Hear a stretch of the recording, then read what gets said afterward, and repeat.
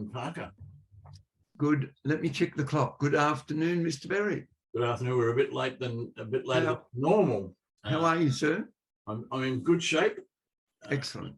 And when I looked at what we're up to this time, it's number 10, Allan. So, and I've got this feeling there's plenty more to go, because it turns out I think we both knew conversation is a big topic. Virtually, and when you think about it, nothing happens without it.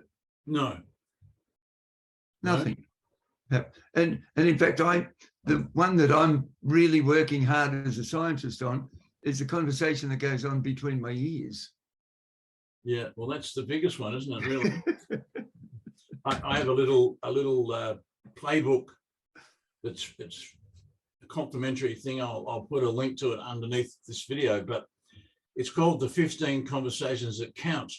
Nice. Now, number one is self-talk. Yeah. It's this conversation we're having between our ears. Yeah. And another one of the 15 is the check-in, which today is part of our conversation, because the last two pillars of what we've arrived at. When we started, I had 5 already, but we've ended up now with 10, which I'm very happy about. And we've run them past the peer groups that you're a member of as well, and they're happy. Yes. They're happy. Yep. We've increased the definitions of them, but today we're talking about 2, which really bookend the 10. One of them's check-ins. Yes. And the other one is the fact that conversations are continuous. Yeah. Yeah. Now, as you know, in the Wise Leaders peer groups, we begin every conversation with a check-in. And we've evolved this to the current practice where for 60 seconds, every member tells the rest of the group where they're at, how they're feeling. Yeah. A 60-second summary of their state of being. Yeah. Yeah. And then a further 60 seconds about what they're working on. Yeah. Yes. And what we've found, as you've experienced, is that it really sets the tone for the conversation. Yep. And in fact, it often, in my experience, it often produces the conversation. Yeah, I was going to say. 9 times out of 10, we get, I was about to say, it is a gem. We get a gem out of it and go, whoops, we need to pursue that little one. Yeah, yeah. So a thread or a theme emerges often from the check-ins. Yes. As you know, we sometimes have agendas in the Wise Leaders peer group, but mostly we don't. Yeah. And this is the reason, because the theme or the topic or the thread emerges organically. Yes. Yeah. Now, because we're meeting every week, there is a continuity. But yeah, I've just been. I'm no longer surprised by the power of the check-in. Yeah. And what wonder comes out of it, just in 2 minutes. Yeah. And I think the check-in really does, pardon me, from my perspective, the check-in surfaces that the continuity, the continuation of. And for me, I like to summarize that phenomena in that conversations are not events, they're processes. Absolutely right. Yeah. Yeah. And that's why the 10th pillar is continuous, because I describe it to people, it's like an old friend. Yeah. When you meet them and you haven't seen them for a while, you just pick up where you left off. Yes. Yes. And Ian, if I can be devil's advocate, in some cases, we meet with somebody and they actually do what I call recurrent regression, and they go back and recircle and tell you the same problem that they told you once before. Oh dear. So it's not continuous, it's circular. Yeah. That's a tricky one to. Well, I think it's an art form to turn recurrent regression into continuous. Yeah. And And in fact, I find, and you've mentioned this once before, and when you've said it, I thought I should mention that. But it's the when, where, who question that brings the topic to a close.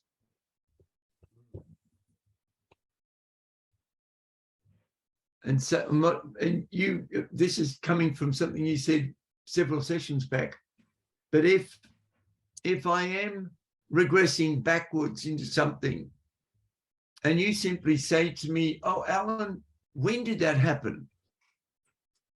Yeah. Now, when you give me a when, I only answer one or two words. Oh, I think it was last Wednesday. And you go, "Where was that?" And I go, "Oh, at home." Yeah. So it's a way of keeping rapport, but shutting down the conversation. And you go, "And who was it you were talking to?" And then how's that going now? Do you think it's okay just to maybe preface that with, can you help me refresh my memory, because I feel like we talked about this before.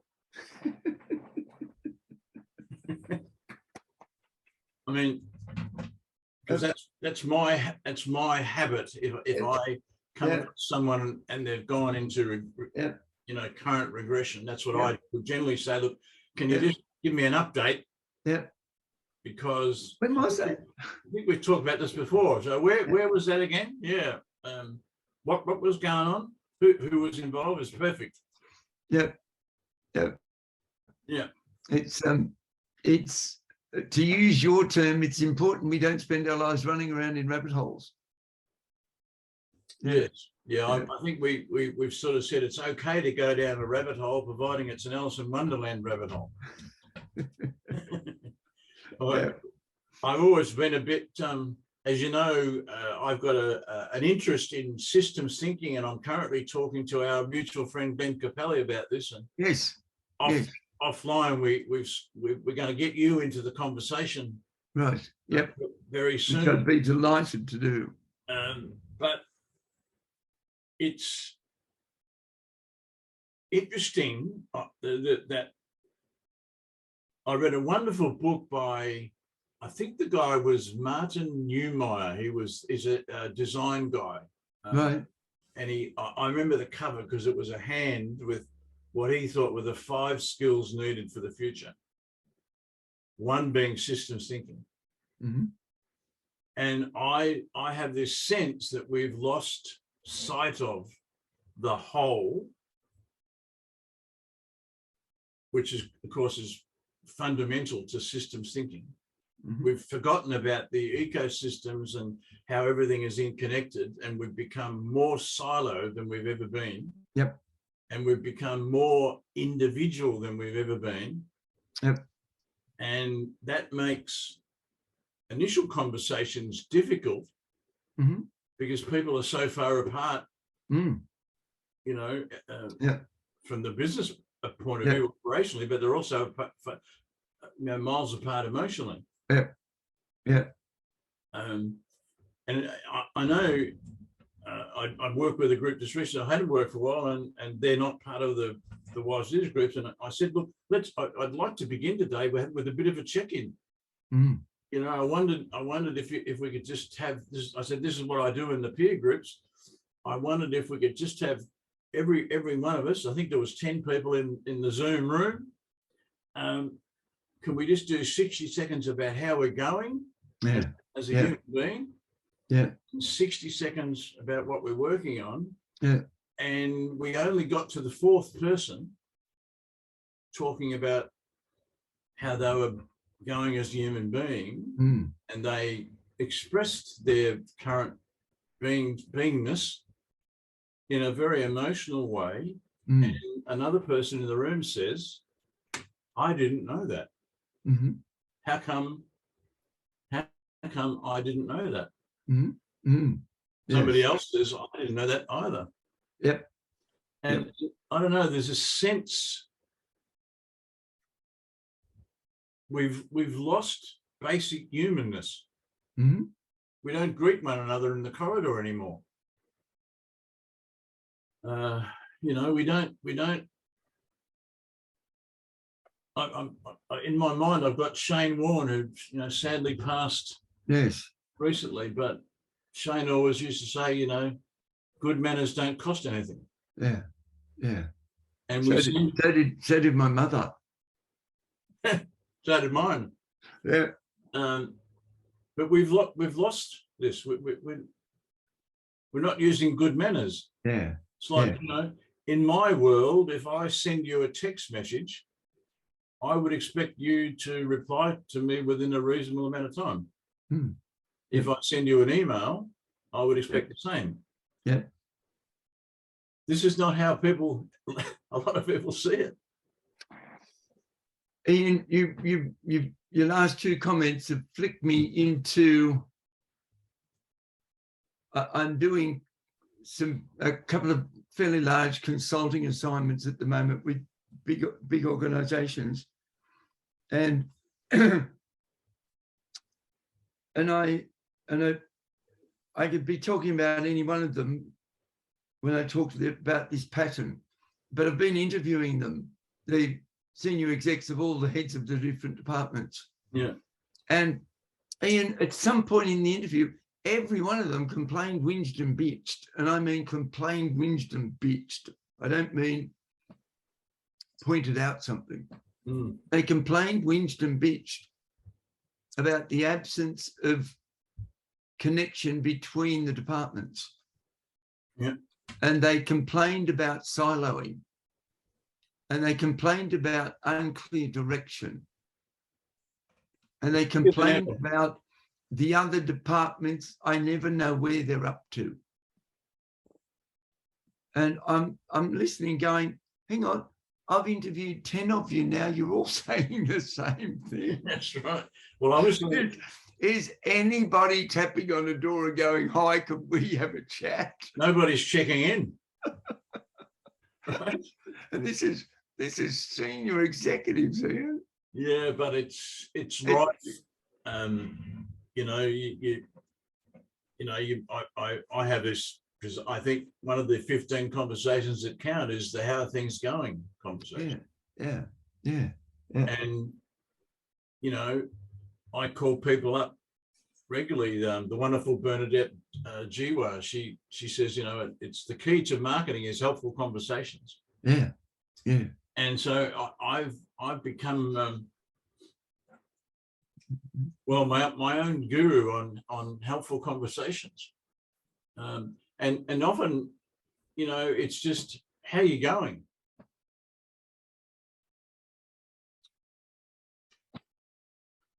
Ian, sorry about that. We had a slight glitch with the technology. What were you? Glitch. I was just talking about one of the 15 conversations that's count is the how are things going call. I'm a big believer, based on the idea from Bernadette Jiwa and helpful conversations. She says that helpful conversations, that's really all marketing is. And I think that's very insightful. So I've become a bit of my own guru on helpful conversations. And I make a lot of how things going calls. And lately I make the call and I ask the question, how are things going? And I don't say anything for the next 25 minutes. Because people want to, I think you call it, what were the words? Complain, whinge, and bitch. But part of it is because no one's called up and said, how are you going recently? No one's used what we were talking about earlier. Good manners is gone. We've forgotten basic human needs. Number one, according to the psychologist William James, is to be appreciated. You know, it was a wonderful line of his. He said the deepest human desire, so not just any old desire, but the deepest human desire is a craving to be appreciated. Yeah. And this craving is not being met in organizational life a lot. Yeah. Basic humanness is gone. We're not using good manners. We're not checking in with people. We've become more silos than ever. Yeah. And no wonder we've got this great resignation going on. Mm. So Yeah. here's things. Were you there in the group? I think it was last week where Paul said we don't have a skills shortage. We've got a shortage of the right kind of jobs, or the jobs that people want, something to that effect. I thought that was insightful. Yeah. Yeah. Because people have gone through the pandemic, they've started working at home, whatever it is, and they've decided, I'm not going back to do that job. Mm. Yeah. And I think a part of it is because we've lost our humanity. Mm. Yeah. And so this very basic idea, it turns out it's simple yet profound, of checking in with one another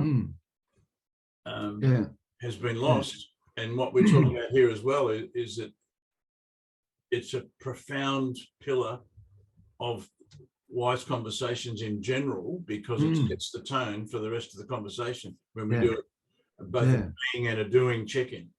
Yeah. Yeah. Yeah. A being and doing is I pardon me. Pardon me. I like to have do be. What are you? How are you? Being. What's happening? Doing. What are you achieving? Having. Yeah. Like to do that mixture. I think it's a great mixture, because I think it grounds us all. Yeah. When the talk is just about doing, we're not grounded. Yes. Yep. And we're not. And Ian, I think that factor, and I won't bore the process with it, but that factor of we are, by conditioning, more frequently behaving like we're human doings than we are human beings. And one of the terms, my dyslexia leads me to talk about humans being. Humans being. Yeah. We're humans being as well as human beings. It's a nice.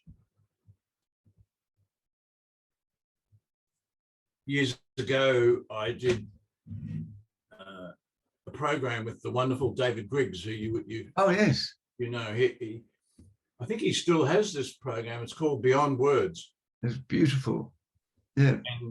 And it was in the I'd been speaking professionally for a couple of years when I did the program, and there's a section there where you have to come out on the stage and you just have to be.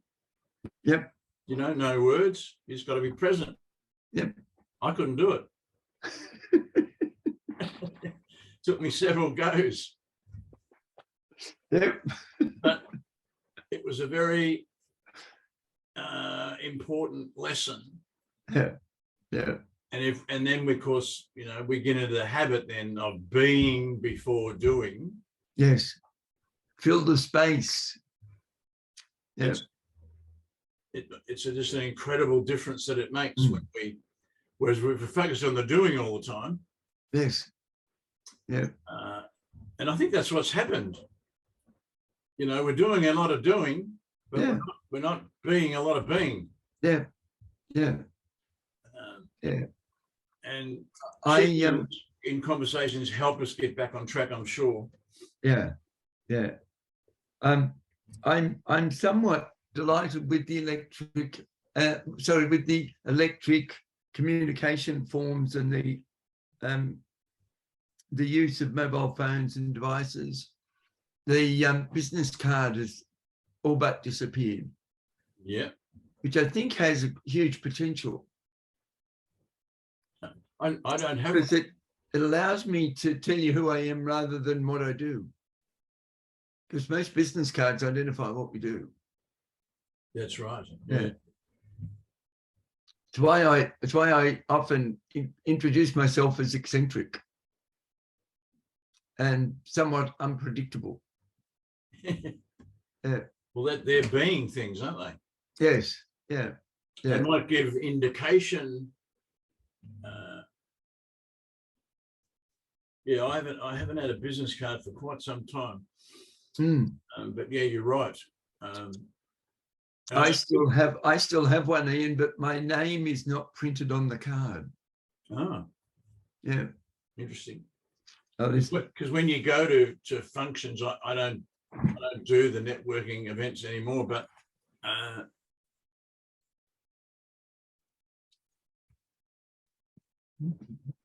the question that you used to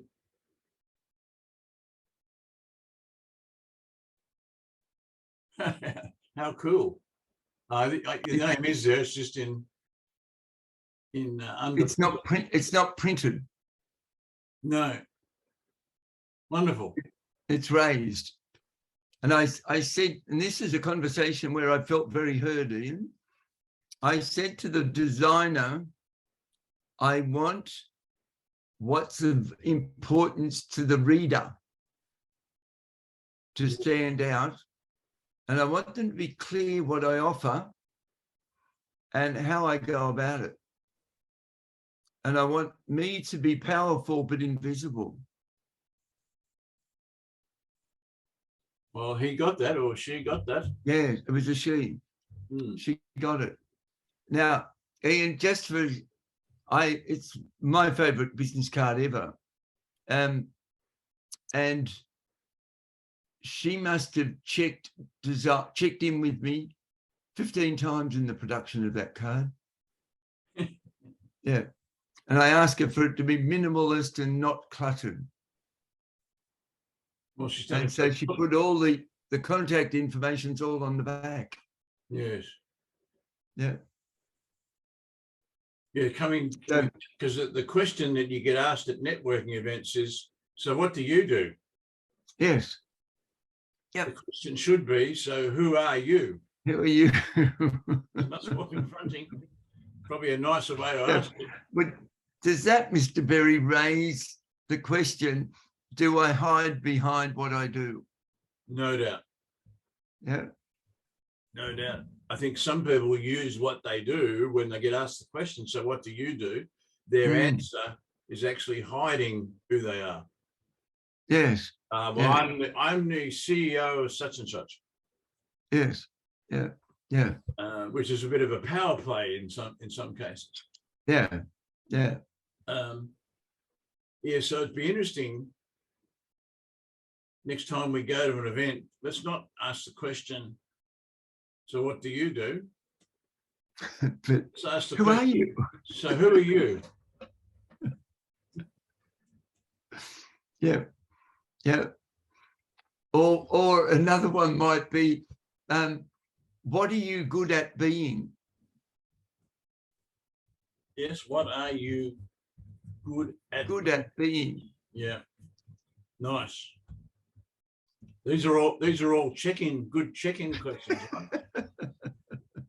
What are you good at being? Yeah. Wonderful question. Yeah. It's probably part of this continuous pillar as well. Yeah. Because the whole idea that the conversation, I think you said it before, that the conversation is a process. Yeah. Yes. You know, it doesn't end. It's a continuous process. Yeah. And in fact, with these conversations about conversations that you and I have, they keep turning up in all the different places that I'm going to. I like you've just done your first face-to-face for a while. I did my first face-to-face pure applied neuroscience course on Monday this week. Okay. First time in 30 years, Ian, that I've taught neuroscience face-to-face. and I weave it into everything I do. Yeah, But I actually did a session wonderful. with just pure, and you were mentioned about 3 times during the day. So our conversations, not only directly do our conversations go on, but they start to infiltrate and influence and stimulate other conversations. I'm glad. Which raises the question for me, if I am going to be a leader, am I spreading the tentacles of productive conversation? And am I sharing good experiences from my previous experience and sharing those, and that conversation gets to continue through the system that we're operating in, not just between us. Yeah. Great. And that's and it raises like two of the it raises really the importance of questions. Yeah, sure it does. You know, what are you Sure does. what are you good at being? I mean, one of the ways that I sign off conversations, or if I'm leading a group, or I often do this with blog posts as well, I sign off by saying, who will you become? Yes, lovely phrase, lovely question. And what will you do next? Yeah. So it's the be and do pathway. Yeah. I was having this conversation a couple of days ago with my wife, Carol, who you know well. Mm-hmm. We were talking about being and becoming. Yeah. And how this is a continuous process. Yeah.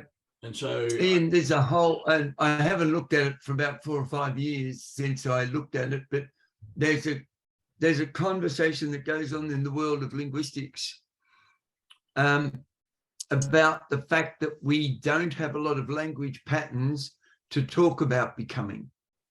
oh, We have lots of conversations about what we want to become. right. But we don't have many conversations about becoming. Well, sorry, we don't have many language patterns around becoming. Well, we need to start creating them. Yes. Yeah.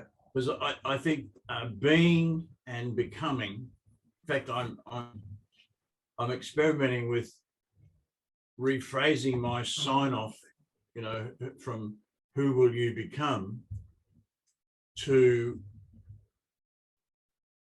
something like who will you stay being and who will you become?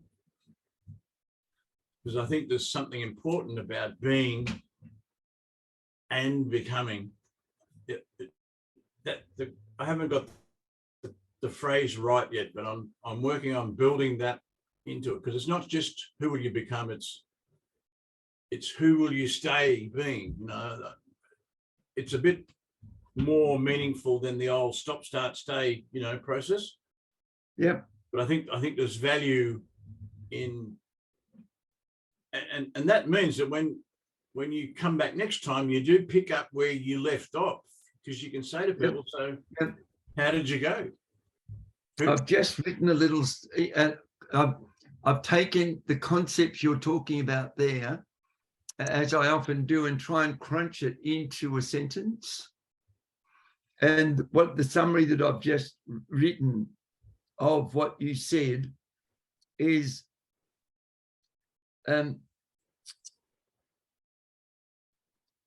being and doing, so you are being what you hope to be. So if I'm doing the being, so you are being, and the being is injected into the, because I've got an arrow into the word doing. Yeah. So I bring my being into my doing. That's a better way of saying it. Bring my being into my doing, so that I'm becoming.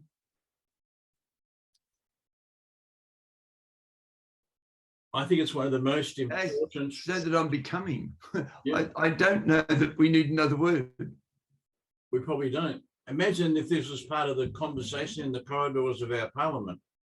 Yeah. You know, Yeah. who are you being and who are you becoming?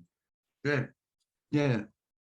Yeah. You bring up Parliament, and once you bring up Parliament, I think labels, polarities, and fixation. And there we're actually fighting for our identity, which is a static phenomena. And our identity to be the same is got to be unhealthy. So if my identity is not becoming, I'm either static or falling behind. Well, it denies evolution, doesn't it? Yes, perfect, beautiful. If we're not becoming, and so I think the pillars of check-in and continuous are both highly valuable. Yeah. Taking the focus on being and becoming and less on doing. Yeah. Yeah. I mean, there is a natural flow on a course. If I'm really focused on being and becoming, then I'm going to do my best anyway. Yep. And that's why I didn't want to go. I ended up injecting my being into my doing, thus becoming. And I wrote my new me. I mean, if someone was to say to me, but I think I think the becoming it's beyond the new me. Yeah, it is. Because that assumes that I know what it is. Yeah, that's right. Yeah. And if I truly commit to exploring, experimenting, exploring the options, the reality is I don't know who I'm going to be next. No. Yeah. No, if someone said to me, who are you? My answer would be, I'm being and becoming yes, the best version of the one-of-a-kind human being that I am. I can be. Yeah. I remember, Ian, when I wrote Switch on Your Brain, and I would never have done it if it were not for Margaret Cutler Stewart. And Margaret attended a seminar with me and she said, that's a book. And at that point, my identity was, I was, I had only just begun to read. And she was way ahead of me. There was no part of me, not a cell in my body that thought I could be an author. And she got me to record a seminar and she got the seminar transcribed. And that turned into the book. Wonderful. She got it transcribed and edited it and it became a book. And overnight, I'm an author. Yes. Yeah. And if my memory serves me correctly, you didn't start reading until you were about 30. 30, June. I was 30 in 6 months. So my birthday is 13th of January. And it was about the 20th of June, 1983, 82 or 83 when I met Dr. Dennison. So I was, it was 82 because I was 30. And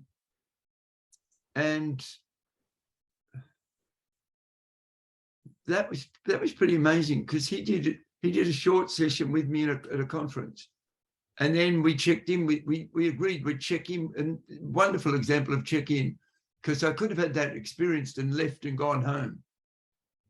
But he and I said, we've got to keep in contact.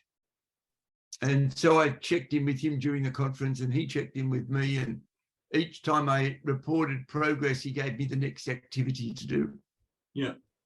And by the end of the conference, I said to him, I've cancelled my flight home. Could I come back to Pasadena and watch you work for a week? I needed to do a lot more check-in, Ian, and make the project continuous. But I came home after that week, and within a month, I'd written Switch on Your Brain. Yeah. So what a Well, wonderful example. I'd recorded Switch on Your Brain. Margaret Cutler Stewart had it typed and she edited it, and so technically she wrote it. Yeah. But what a wonderful personal example though of being and becoming. Yeah. Yes. And also, it's never too late.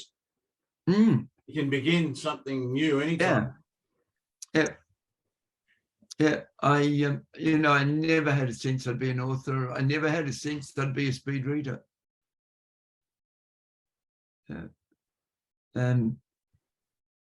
I avoided and left school and became a professional golfer.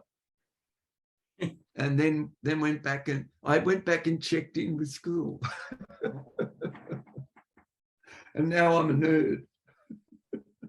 It's a wonderful example of what's possible when we focus on being and becoming. And I'm sensing a bit of a natural conclusion to our time today, my friend. We're close. We've been talking about that felt like half an hour. Oh well. 20 minutes. What's your one sentence summary of the gems of today? I think if the focus is on being and becoming before we have a conversation about doing, then we end up in the best place we can be for progress. Yeah. Mine's very similar. And it is by bringing my being into my doing, I become and can go beyond. Yes. Yeah. Ian Berry, what a gem. Once again, what a joy, Mr. Parker. It is indeed. Absolute pleasure. We'll look forward to seeing you next time. I'll see you next time. Have a wonderful week, Ian. Same to you. Bye. Bye-bye.